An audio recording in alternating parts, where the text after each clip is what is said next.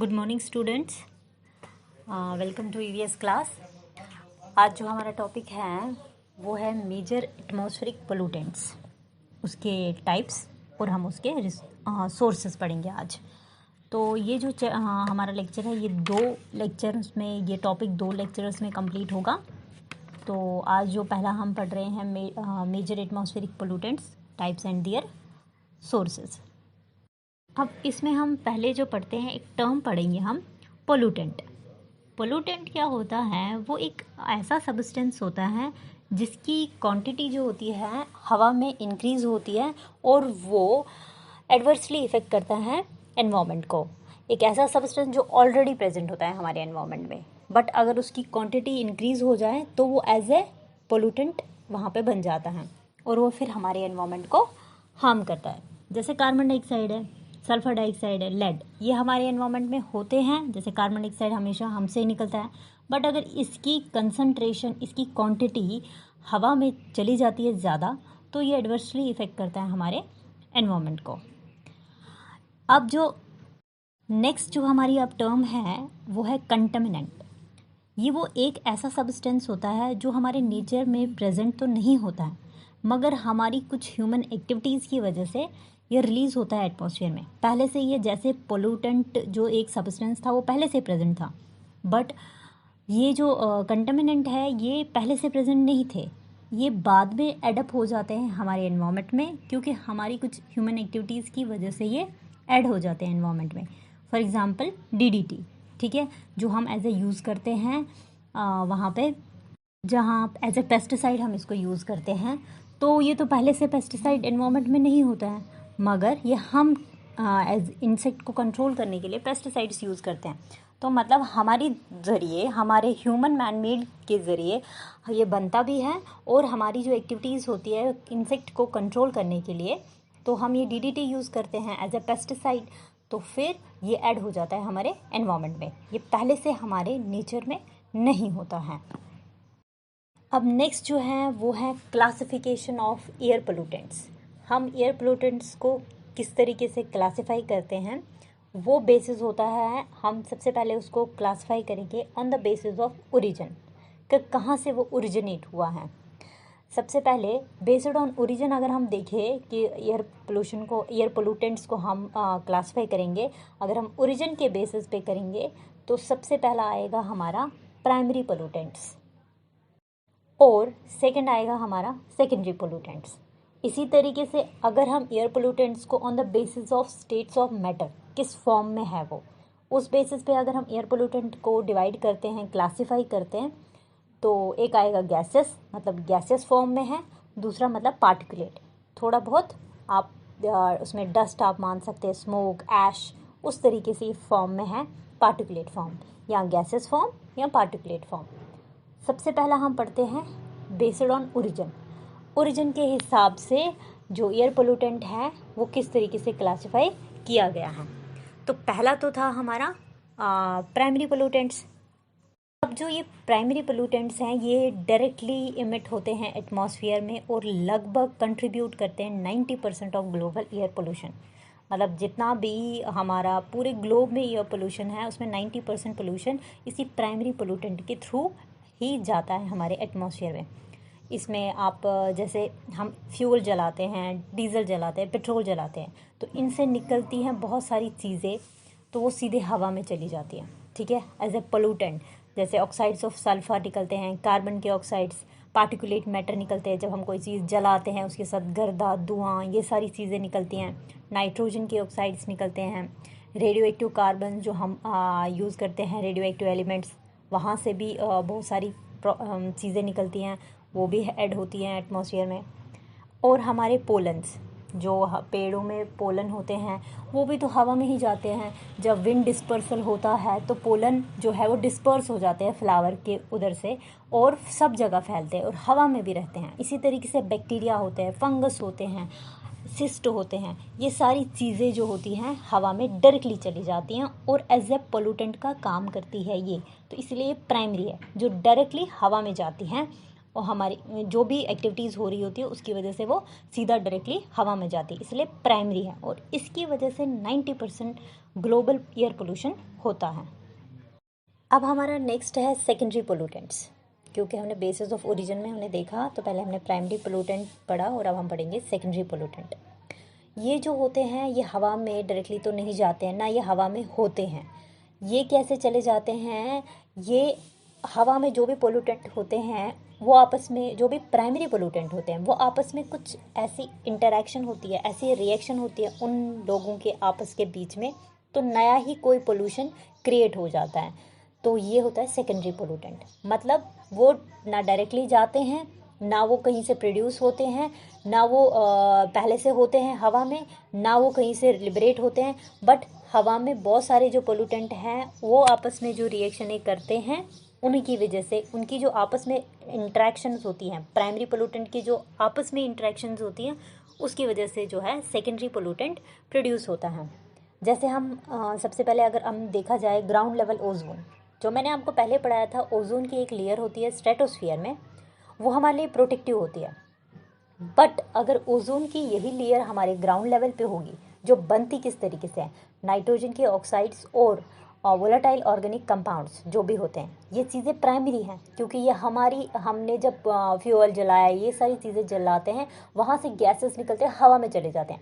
अब ये हवा में प्रेजेंट हैं, तो ये जो नाइट्रोजन ऑक्साइड्स हैं, वोलेटाइल ऑर्गेनिक कंपाउंड्स हैं, और सन की हीट जो हमेशा होती है, सन की सनलाइट जो होती है, ये सारी रिएक्शनें मिला के ओजोन बनाती हैं। ठीक है, तो ओजोन ना कहीं से लिबरेट हुआ, ये सिर्फ जो हवा में प्राइमरी पोल्यूटेंट्स थे उन्होंने आपस में इंटरेक्शन की। जैसे यहाँ पे नाइट्रोजन के ऑक्साइड्स ने, वोलेटाइल ऑर्गेनिक कंपाउंड्स, हीट और सन, इन लोगों ने, सन की लाइट ने, इन लोगों ने ग्राउंड लेवल ओजोन बनाया। और वो काफ़ी बैड ओजोन होता है, जो तो डायरेक्टली कहीं से इमिट नहीं होता है, मगर ये वहाँ पे केमिकल रिएक्शन होती है हवा में नाइट्रोजन ऑक्साइड और वोलेटाइल ऑर्गेनिक कंपाउंड्स के बीच में, in presence of heat and sunlight, तब जाके ये ओजोन बनता है। और जब ग्राउंड लेवल पे ओजोन होता है ये बहुत ही हार्मफुल होता है, ये हमारे ऊपर हेल्थ इफ़ेक्ट्स, हमारे हेल्थ के ऊपर ये बहुत हार्म होता है। नेक्स्ट एक और है पैन। अब जो ये पैन है, पैन का मतलब होता है PAN है ये, ठीक है। पैन का मतलब पर ऑक्सी एसिटाइल नाइट्रेट, जो फोटोकेमिकल स्मॉग में प्रेजेंट होता है। हम ये फोटोकेमिकल स्मॉग ये सारी चीज़ें हम पढ़ेंगे। फ़िलहाल पहले हम पैन पढ़ते हैं। ये पैन कैसे बनता है? पैन जो है ये बनता है oxidation of non methane volatile organic compounds in presence of nitrogen के जो भी ऑक्साइड्स हैं उनकी प्रेजेंस में, ये दो आपस में रिएक्शनें करते हैं, तब जाके पैन बनता है। ये जो non methane volatile organic compounds हैं और नाइट्रोजन के जो ऑक्साइड्स हैं, ये नेचुरल भी हैं, नेचुरली भी प्रेजेंट होते हैं हवा में, और कुछ हमारी एक्टिविटीज़, एंथ्रोपोजेनिक सोर्सेज, मतलब जो मैन मेड सोर्सेज हैं, इंसान कुछ एक्टिविटीज़ करता है उसके ज़रिए हवा में ये जो volcanic non methane volcanic volatile organic compound है और नाइट्रोजन के जो ऑक्साइड्स है ये हवा में चले जाते हैं। वहाँ पे ये अपनी आपस में रिएक्शनें होती हैं। जब इस वोलेटाइल ऑर्गेनिक कंपाउंड की ऑक्सीडेशन होती है इन प्रेजेंस ऑफ नाइट्रोजन के ऑक्साइड में, तब जाके ये पैन बनता है। तो अब जो ये पैन है ये क्या काम करता है? जैसे अगर ये हवा में हुआ तो हमारी आंखों में इरिटेशंस होने लगती हैं, क्योंकि ये हमारी आंखों के कांटेक्ट में आता है, तो रेस्पिरेटरी प्रॉब्लम्स भी इसकी वजह से होती हैं। तो ये हवा में ही खुद बन गया, हमने नहीं बनाया, बट हमने जो प्राइमरी पोल्यूटेंट जो हमारे ज़रिए या नेचुरली भी जो हवा में चले गए उनके ज़रिए ये जो बाकी सेकेंडरी पोल्यूटेंट ये क्रिएट हो जाते हैं। अब जो नेक्स्ट हमारा सेकेंडरी पोल्यूटेंट होता है, एक और जो स्मॉग होता है वो निकलता है, वो भी वहीं बनता है हमारी हवा में। जो ये स्मॉग है ये एक कॉम्बिनेशन है दो वर्ड्स का, स्मोक एंड फॉग। जो स्मॉग है ये सबसे पहले यूज़ की थी टर्म डॉक्टर H.A. डेस वॉक्स ने। स्मॉग जो है ये एक ऐसी कंडीशन है फॉग की जिसमें सूट और स्मोक होता है। जो धुआं स्मोक कहीं से किसी के जलाने से, जैसे हम स्मोकिंग भी करते हैं लोग, कोई भी चीज़ जलती है उधर से भी स्मोक निकलता है। तो फॉग के साथ जब ये चीज़ें मिलती हैं तो ये बनता है स्मॉग। ठीक है, तो ये जो स्मॉग है हमारी ह्यूमन एक्टिविटीज़ की वजह से भी ये एडअप हो जाता है। जैसे हमारे मैन मेड जो स्मॉग होता है वो किस तरीके से बनता है, जब कोल की कंबशन होती है, व्हीक्यूलर इमिशन होता है, गाड़ियों से जो तेल वेल जलता है, इंडस्ट्रियल इमिशन होता है, इंडस्ट्रीज़ में भी जो भी काम हो रहा होता है, ये सारी चीज़ों से भी स्मॉग बनता है। अब जो इसके साथ टर्म है एक फोटोकेमिकल स्मॉग, जो मैंने आपको बोला था परऑक्सी एसिटाइल जो है ये पैन जो है परऑक्सी एसिटाइल नाइट्रेट, ये फोटोकेमिकल स्मॉग में प्रेजेंट होता है। अब वो फोटोकेमिकल स्मॉग है क्या? फोटोकेमिकल स्मॉग जो है ये प्रोड्यूस होता है जब फोटोकेमिकल स्मॉग अब तब प्रोड्यूस होता है जब सनलाइट जो है वो रिएक्ट करती है नाइट्रोजन के ऑक्साइड्स के साथ, तब उसके पास एक at least one volatile organic compound होना चाहिए एटमॉस्फेयर में। तो फोटोकेमिकल स्मॉग तब प्रोड्यूस होता है जब सनलाइट नाइट्रोजन ऑक्साइड के साथ और वोलेटाइल ऑर्गेनिक कंपाउंड के साथ रिएक्ट करती है एटमॉस्फेयर में। नाइट्रोजन ऑक्साइड्स तो हमें पता है, ये हमें car exhaust, coal power plants, factory emission यहाँ से मिलते हैं। तो जब सनलाइट है जब इन केमिकल्स को हिट करती है और फिर जाके वो स्मॉग बनाती है, फोटोकेमिकल स्मॉग हम उसको बोलते हैं। ठीक है, अब है हमारा नेक्स्ट किस बेसिस पे हम एयर पोल्यूटेंट को क्लासिफाई करते हैं, वो है स्टेट्स ऑफ मैटर।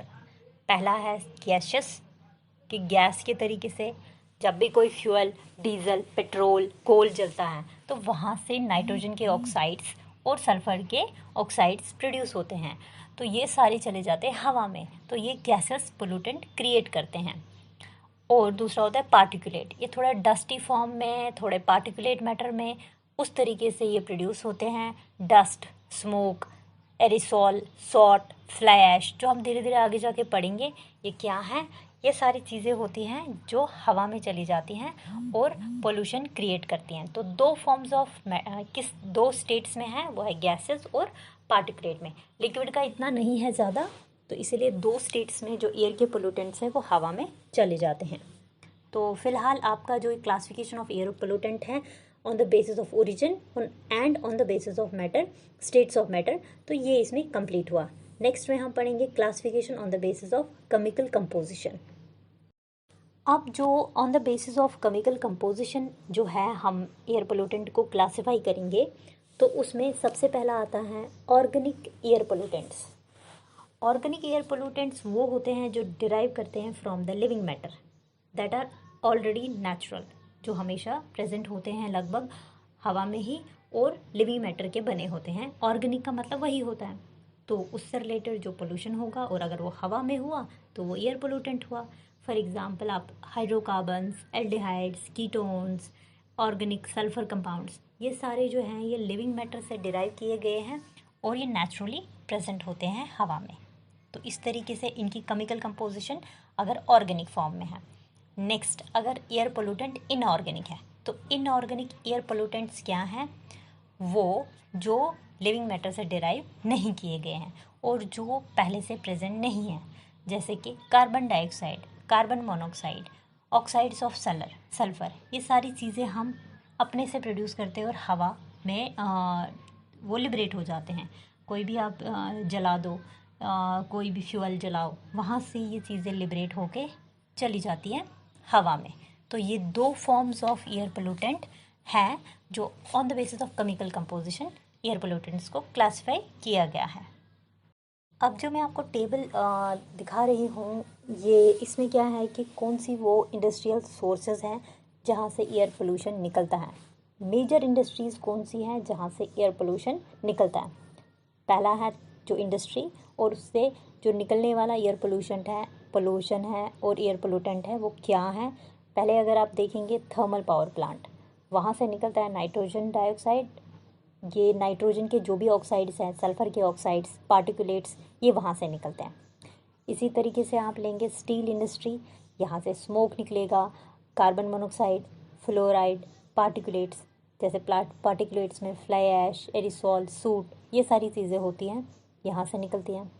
तीसरी इंडस्ट्री आती है पेट्रोलियम रिफाइनरीज़, वहाँ से सल्फ़र के भी ऑक्साइड्स, नाइट्रोजन के ऑक्साइड्स, स्मोक, पार्टिकुलेट्स, ये सारी चीज़ें निकलती हैं। Fourth one is metal simulators, जहाँ से सेम सल्फ़र का ऑक्साइड, नाइट्रोजन का ऑक्साइड और पार्टिकुलेट्स निकलते रहते हैं। मतलब कितना ज़्यादा हर इंडस्ट्री से सल्फ़र और नाइट्रोजन के ऑक्साइड्स कंटिन्यूसली हमारे को, आप गैसेस, इनमें आप देखेंगे गैसेस फॉर्म और पार्टिकुलेट फॉर्म में ही हवा में पोल्यूटेंट लिबरेट हो रहे हैं। इसीलिए इन्हीं दो फॉर्म्स में एयर पोल्यूटेंट्स को क्लासिफाई किया गया था। नेक्स्ट है फर्टिलाइज़र प्लांट्स, जहाँ से फर्टिलाइज़र्स बनते हैं, वहाँ से भी यही चीज़ें निकलती हैं। एसिड प्लांट्स में सेम सल्फ़र के ऑक्साइड, नाइट्रोजन के ऑक्साइड, ये सारी निकलती हैं। सीमेंट प्लांट में आप देखेंगे तो smoke, particulates, sulphur dioxide. Soap and detergent plants, particulates, order, ये सारी चीज़ें निकलती हैं। पेपर मिल्स में भी सल्फ़र डाइऑक्साइड, पार्टिकुलेट्स और ऑडर। ठीक है, तो ये कुछ इंडस्ट्रीज थी जिनसे क्या क्या पोल्यूशन, मेजर एयर पोल्यूशन निकलता है, वो आपने देख लिया इस टेबल में। अब हम पढ़ेंगे सोर्सेज और इफ़ेक्ट्स ऑफ पोल्यूटेंट्स। जो पोल्यूटेंट है उसका सोर्स क्या है, एक एक करके हम पढ़ेंगे एक एक पोल्यूटेंट, और उसका सोर्स क्या है और उसका इफ़ेक्ट क्या है। सबसे पहले हम पढ़ते हैं कार्बन मोनोऑक्साइड। मतलब हम सबसे पहले ऑक्साइड पढ़ेंगे कार्बन के, फिर इसी तरीके से सल्फ़र के। पहले हम पढ़ते हैं ऑक्साइड्स ऑफ कार्बन।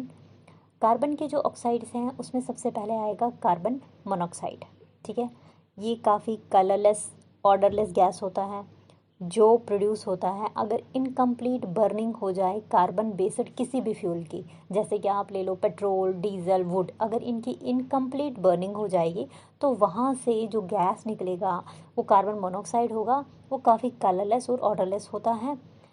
तो ये जो होता है ये क्या करता है, अब ये हम अगर इसको इनहेल करते हैं तो हमारे अंदर चला जाता है, तब हमारे अंदर ऑक्सीजन के अंदर जाने की जो एबिलिटी होती है वो कम हो जाती है। तो ये it lovers the amount of oxygen that enters our blood. असल में हमारे अंदर तो ब्लड में किसको जाना है, ऑक्सीजन को, बट ये खुद चला जाता है और ऑक्सीजन को नहीं जाने देता है। तो उसकी वजह से हमें फिर सफोकेशन फील होती है।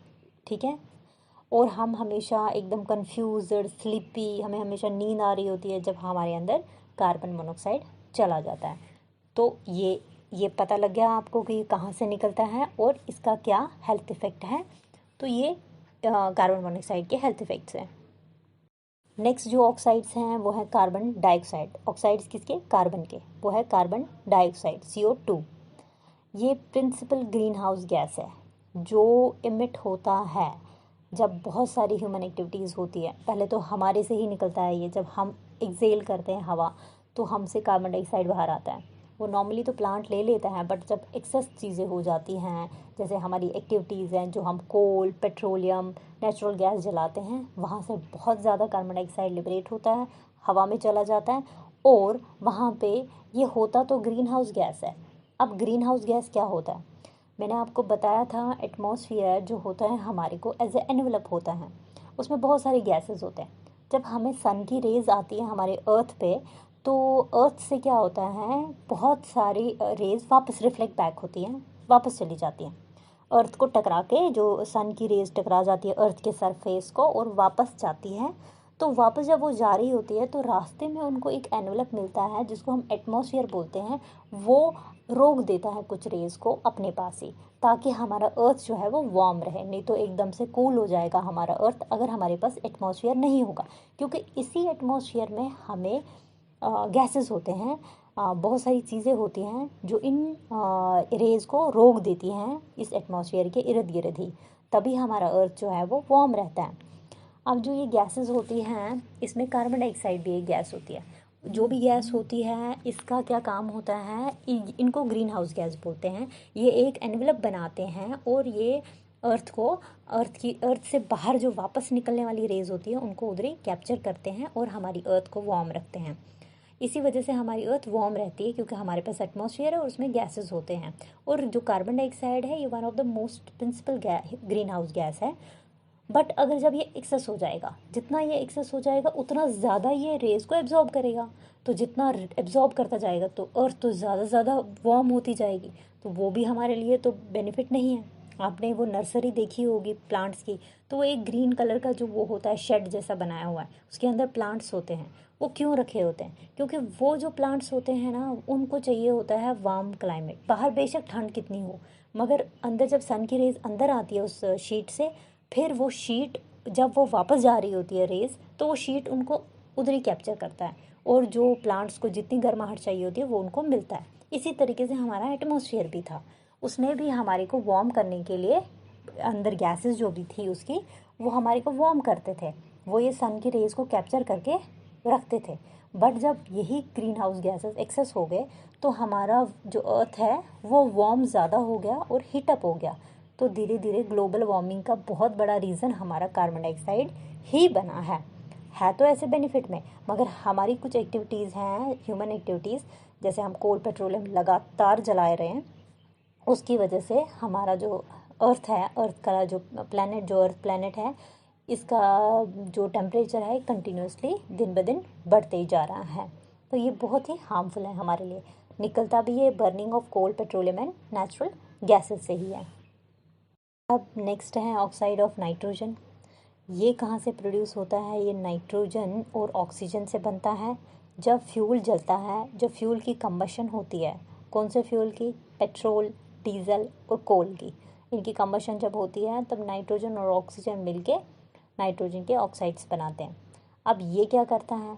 ये भी सेम कार्बन मोनोऑक्साइड की तरह हमारे ब्लड के अंदर हमारी ऑक्सीजन को जाने ही नहीं देता है, ठीक है। उसकी वजह से सबसे ज़्यादा इम्पैक्ट किसके ऊपर पड़ता है? चिल्ड्रन के ऊपर। उनको बहुत सारी खांसी, रेस्पिरेटरी डिजीज़ेस विंटर में होती है, क्योंकि ये हम लगभग देखा जाए तो विंटर में हम कोयला जलाते हैं गर्म करने के लिए, अपने आप को इर्द गिर्द रखने के लिए वुड जलाते हैं, कोयला, पेट्रोल, ये सारी चीज़ें जब जलाते हैं तो वो तो लिबरेट हो रहा है हवा में ही। तो अगर बच्चे इर्द गिर्द होंगे तो वो इनहेल करते हैं, तो उनको इनहेल करना है ऑक्सीजन, पर वो इनहेल ये करते हैं, उसकी वजह से वो हमेशा रेस्पिरेटरी डिजीज़ विंटर में उनको लगा रहता है। और दूसरा जो मैंने आपको पहले ही स्मॉग पढ़ाया था, वो भी ये बनाता है, क्योंकि नाइट्रोजन ऑक्साइड ही जब हवा में चला गया तो वहाँ पे ये स्मॉग बनाएगा। वहाँ पे सनलाइट भी है, वहाँ पे वोलेटाइल ऑर्गेनिक कंपाउंड्स भी है, तो ये सारी रिएक्शन करके, और वहाँ फॉग भी है, स्मोक भी है, ये सारी चीज़ें मिलके ओजोन और स्मॉग तो बनाएंगे। और एसिड रेन भी बनाता है, क्योंकि जब ये सारी हवा में चली, ऊपर से जब बारिश आएगी, तो अगर हवा में सल्फ़र डाइऑक्साइड और नाइट्रोजन डाइऑक्साइड हैं तो ये उस वाटर इस रेन के साथ ही मिल जाएंगे। तो अब जो रेन है जो ऊपर से साफ़ होके आई थी, वो यहाँ पे जाके इन एसिड के साथ मिलके एसिडिक रेन बनाएगी। तो जब वही एसिडिक रेन हमारे ऊपर कहीं पे भी, चाहे वो बिल्डिंग के ऊपर, प्लांट्स के ऊपर, हमारे ऊपर या ज़मीन के ऊपर पड़ेगी, तो वो हमारे लिए खतरा ही होता है। अगर नाइट्रोजन डाइऑक्साइड मिलता है उस रेन के साथ, उसको नाइट्रिक एसिड वाली रेन बोलते हैं। तो अगर ज़मीन पे पड़ता है तो ज़मीन के जो हमारे न्यूट्रिएंट्स हैं, मिनरल्स हैं, वो ख़राब हो जाते हैं, हमारे माइक्रो ऑर्गेनिजम्स ख़राब हो जाते हैं, वो जलने लग जाते हैं, क्योंकि एसिड का काम ही होता है जलाने का। नेक्स्ट है, अगर ये हमारे, फॉर एग्ज़ाम्पल आपने ताजमहल का तो सुना ही होगा, क्योंकि वहाँ का मार्बल क्यों धीरे धीरे इरोड हो रहा है, क्यों उसमें फेड होता है उसका कलर, सुना ही होगा आपने, क्योंकि वहाँ पे भी एसिड रेन का ही फैक्टर था, उसके ऊपर पड़े जा रही थी और वो भी ख़राब हो रहा था इसकी वजह से ही।